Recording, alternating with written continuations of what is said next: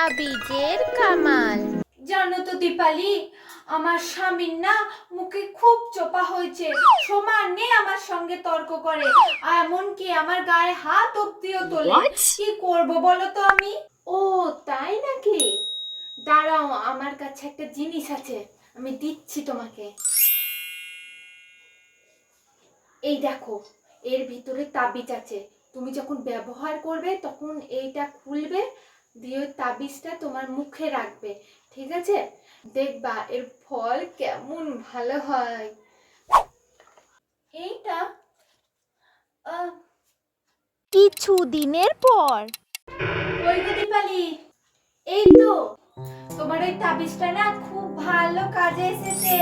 ও আমার সঙ্গে একটু তর্ক করেনি, মুখে কোনো চোপা নেই, আর ও আমার গায়ে পর্যন্ত হাত তোলেনি, জানো?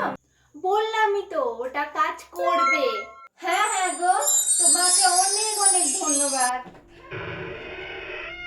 হুম, ওটা কোনো তাবিজের ফল না, ওটা মুখ বন্ধ করে থাকার ফল।